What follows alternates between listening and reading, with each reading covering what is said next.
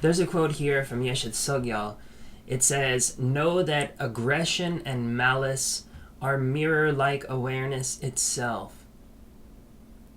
Radiance and clarity have no other source than a hostile mind filled with anger and enmity. Look into your anger, and there is the strength of the diamond being, Vajrasattva."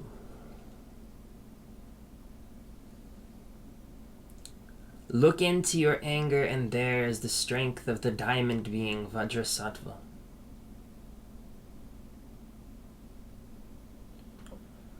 So in the Vajrayana system,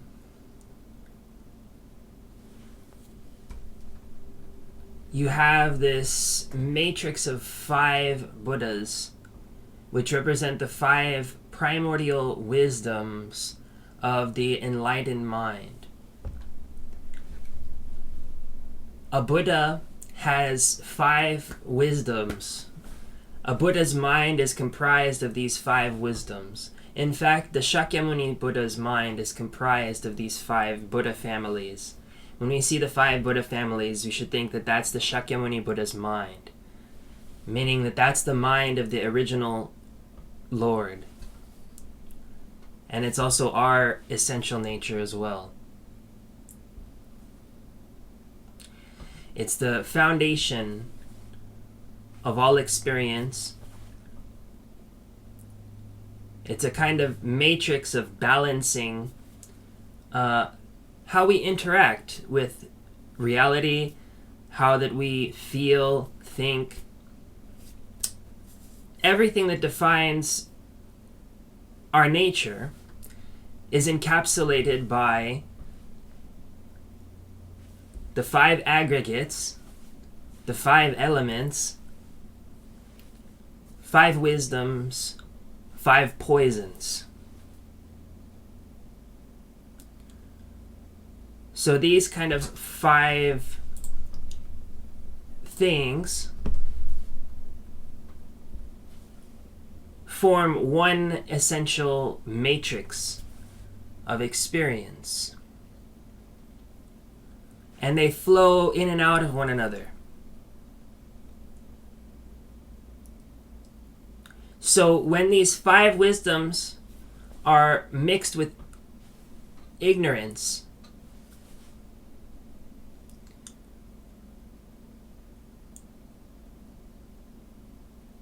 they turn into 5 poisons. When the natural pure mind is mixed with ignorance, the natural pure awareness of reality, Vairochana, turns into ignorance. So when it's mixed with ignorance, this ignorance becomes Vairochana, basically. The ignorance becomes the same thing which was formerly the deep awareness of Dharma Dhatu. The deep awareness of the sphere of reality as it is, becomes ignorance of reality as it is. So these 2 things flow into one another. Likewise, the deep awareness of the equality between all things becomes pride, anger, miserliness, when aspected negatively. Pride, arrogance, and miserliness. When we fail to see the deep equality of things.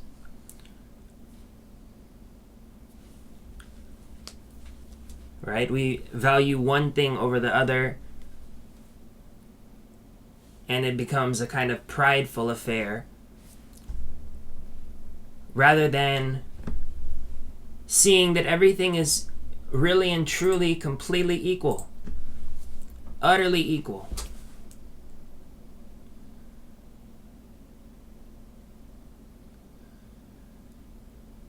Amitabha represents the deep awareness of the individuality, the individual wisdom. The wisdom of the individuality of dharmas. And this individual awareness, Amitabha, when it's unpurified, mixed with unawareness of reality, becomes desire and attachment. We embellish the qualities of that individual, and it causes us to become attached to them.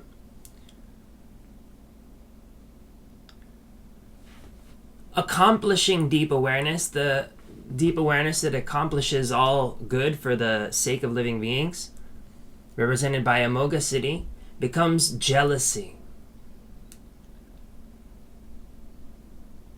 Becomes jealousy.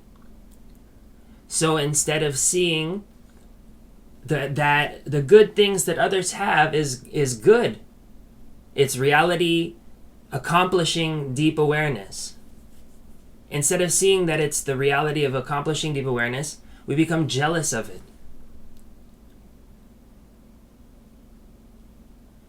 And Akshobhya represents the mirror-like deep awareness of shunyata, of emptiness. When we become angry, we fail to see emptiness. And that anger, inasmuch as that anger arises in you, is as much as there is the potential for mirror-like deep awareness to arise in you also.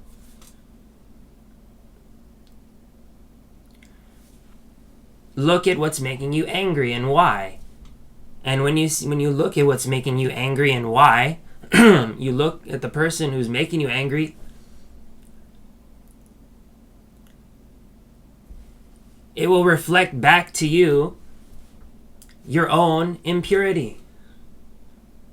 And therefore, it's mirror-like deep awareness. There are 3 ways in Buddhism: Hinayana, Mahayana, and Vajrayana. We are attached to our physical bodies or our wealth and so on. This attachment needs to be abandoned. So, in the Hinayana, the objects of attachment are seen as impure, and thus are not clung to. Not only attachment, but all of the 5 afflictive emotions are seen as impure. So that is how we practice in the Hinayana way. In the Hinayana way, all of the unpurified emotions, ignorance, pride, desire, jealousy, anger, they're called the 5 poisons, are attempted to you attempt to do away with these things. Hinayana is it works to negate these poisons, to try to negate them by just pushing them out of ourselves. It says these things are bad, so we try to avoid them as much as possible. We avoid desire, avoid jealousy, avoid anger, avoid pride, avoid ignorance. Try to push them out of our minds, just kind of forcefully in this way, and that's the Hinayana path. The Mahayana way is to apply an antidote to the affliction. The antidote for anger is love. We usually only think of this life and not the next. To counteract that, we should meditate on impermanence. That is the Mahayana method of practice. So instead of just trying to force these things off of us, avoid pride, avoid desire, avoid attachment, in the Mahayana we also do this, try to avoid desire, avoid pride, avoid attachment.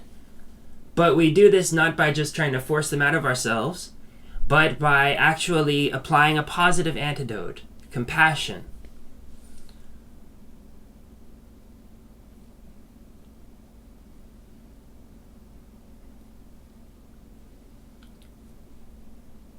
So, but in Mahayana, we try to hold on to the 5 wisdoms. We try to hold on to the deep awarenesses and push ourselves away from the pride, desire, jealousy, anger, etc. We don't want anything to do with these. We just ignore the anger, ignore the jealousy, ignore the pride, ignore the desire.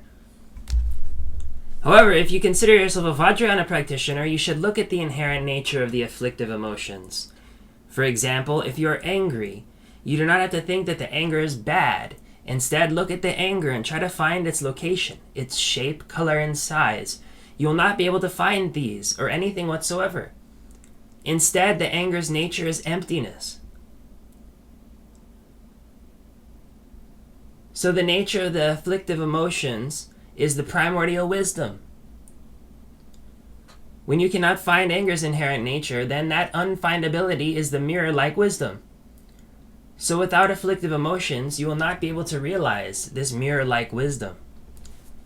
Just like Yeshe Tsogyal says, radiance and clarity have no other source than a hostile mind filled with anger and enmity. Look into your anger, and there is the strength of the diamond being Vajrasattva.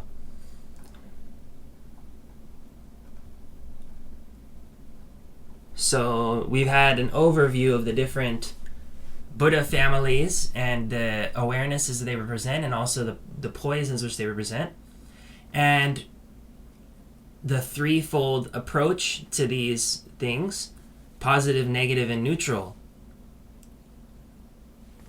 The Hinayana is the negating of the negative.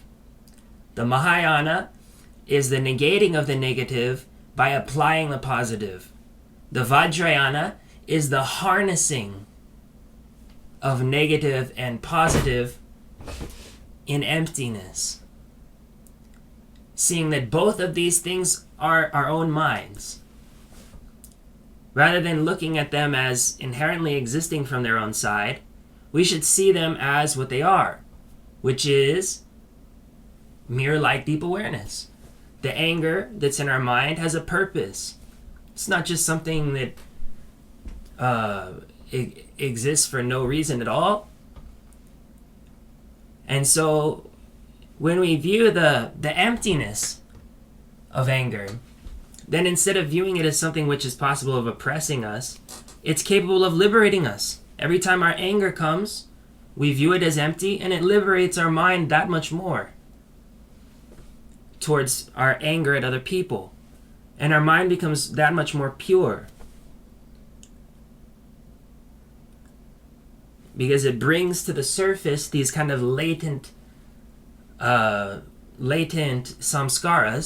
latent volitions in our minds, latent feelings, latent perceptions, latent consciousness. It brings these things up to the surface.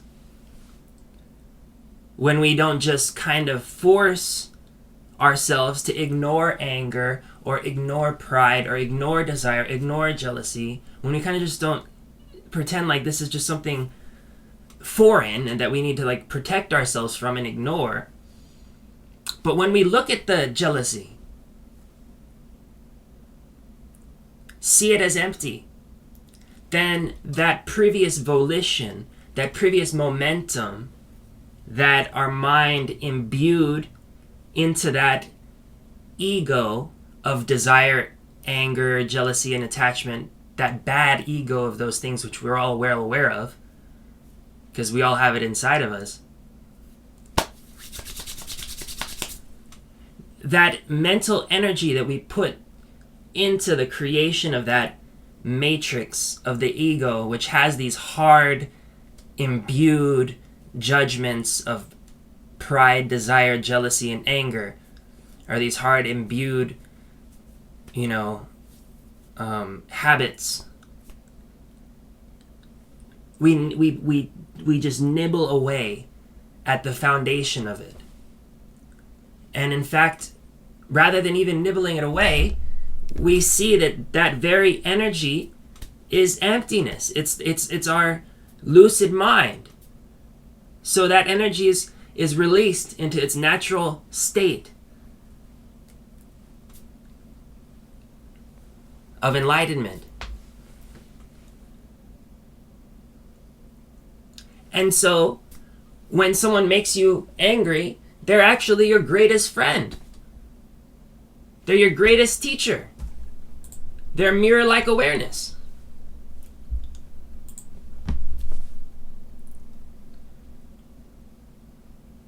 When something makes you feel proud, that's your greatest teacher.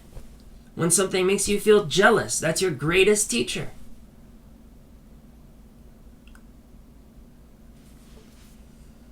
rather than something just to avoid and ignore and other things. And that's, that's something that religious life needs desperately in the modern age, because I see it all over the place. There's so many monks and religious people who are frauds, man, phonies. They are, like for instance, there's this big Hare Krishna GBC member, big guru in charge of all of Asia, right? And he just got disgracefully discharged from ISKCON because he was seen cavorting around with prostitutes in Thailand. So that's what happens when you try to just avoid your desire. Try to push it away and act like it's something foreign to you, rather than work with your desire. Work with your jealousy. Work with your anger. Don't just view them as real things which are oppressing you.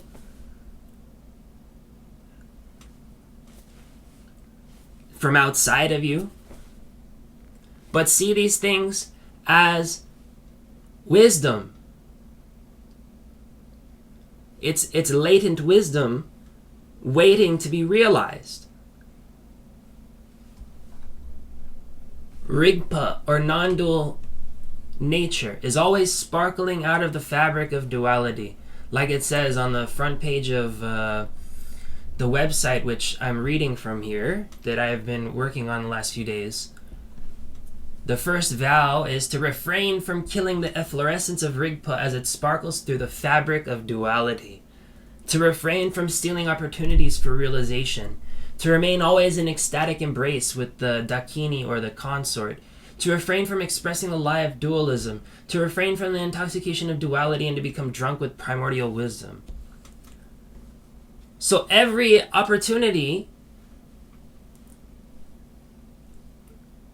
or everything of desire, pride, anger, jealousy, ignorance is an opportunity for realization. So the second precept of this Dzogchen version of the 5 Buddhist precepts, rather than not stealing, the second precept is to refrain from stealing opportunities for realization. So that means when something makes you angry, you don't just go, "Oh, I'm angry," and express your anger in the same way that you would, and get lost in it and feel like an idiot. Or if you do, you should at least afterwards realize what you've done and use that as an experience to grow.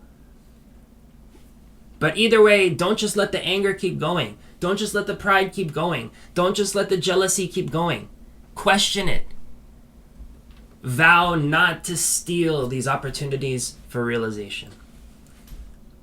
So, then we'll see that the poisons and the wisdoms are non-dual. They're one.